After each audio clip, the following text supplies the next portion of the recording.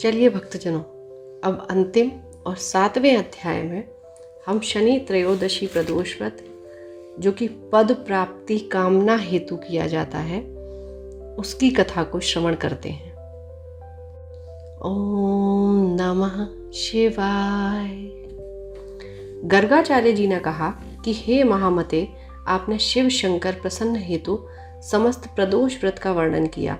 अब हमें शनि प्रदोष विधि सुनाने की कृपा करें। तब सूत जी बोले, हे ऋषि, निश्चयात्मक रूप से आपका महादेव व माता पार्वती के चरणों में अत्यंत प्रेम है। मैं आपको शनि त्रयोदशी के व्रत की विधि बतलाता हूँ, उसे ध्यान पूर्वक सुने। पुरातन कथा है कि एक निर्धन ब्राह्मण की स्त्री दरिद्रता से दुखी हो शांडिल्य ऋषि के पास जाकर बोली, हे महामुने, मैं अत्यंत दुखी हूँ, दुख निवारण का कोई उपाय बतलाइए। मेरे दोनों पुत्र आपकी शरण में हैं। मेरे ज्येष्ठ पुत्र का नाम धर्म है, जो कि राजपुत्र है, और लघु का नाम शुचिव्रत है। हम दरिद्री हैं, आप ही हमारा उद्धार कर सकते हैं। इतनी बात सुन ऋषि ने शिव प्रदोष व्रत करने के लिए कहा। तीनों प्राणी प्रदोष व्रत करने लगे। कुछ समय पश्चात प्रदोष व्रत आया। तीनों ने व्रत का संकल्प लिया। छोटा लड़का, जिसका नाम शुचिव्रत था, एक तालाब पर स्नान करने गया तो उसे मार्ग में स्वर्ण कलश धन से भरपूर मिल गया। उसको लेकर वह घर आया।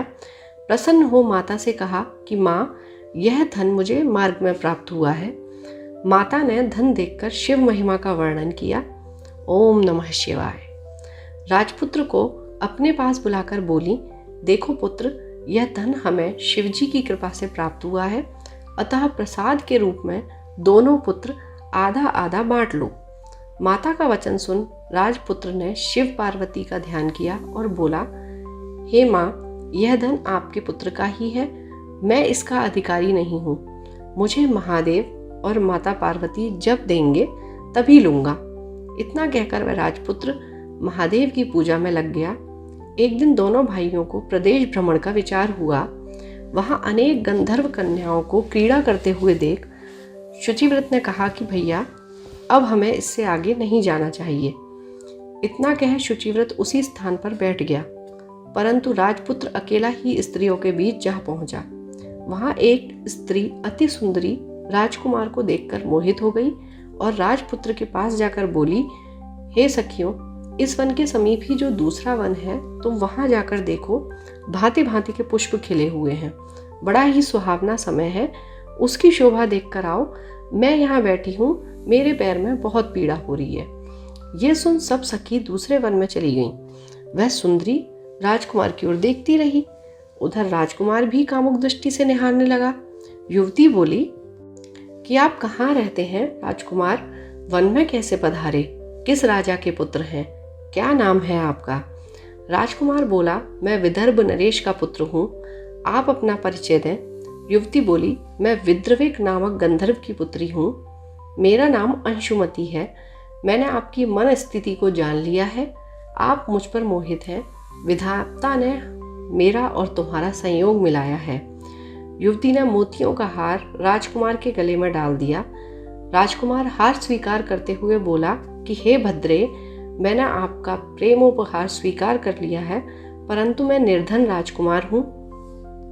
इन वचनों को सुनकर गंधर्व कन्या बोली कि मैं जैसा कह चुकी हूँ वैसा ही करूँगी, अब आप अपने घर को जाएं।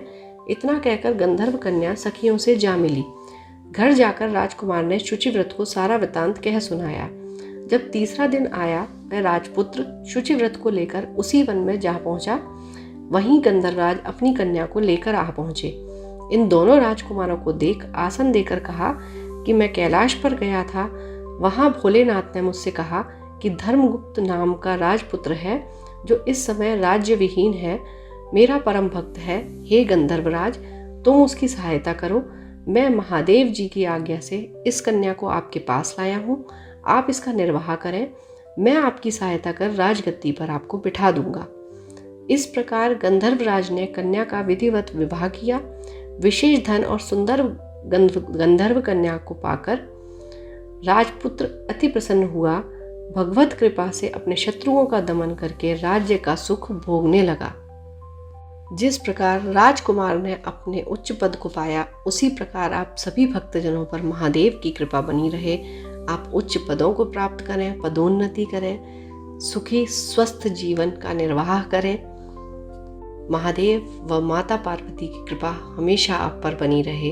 हर हर महादेव, हर हर महादेव।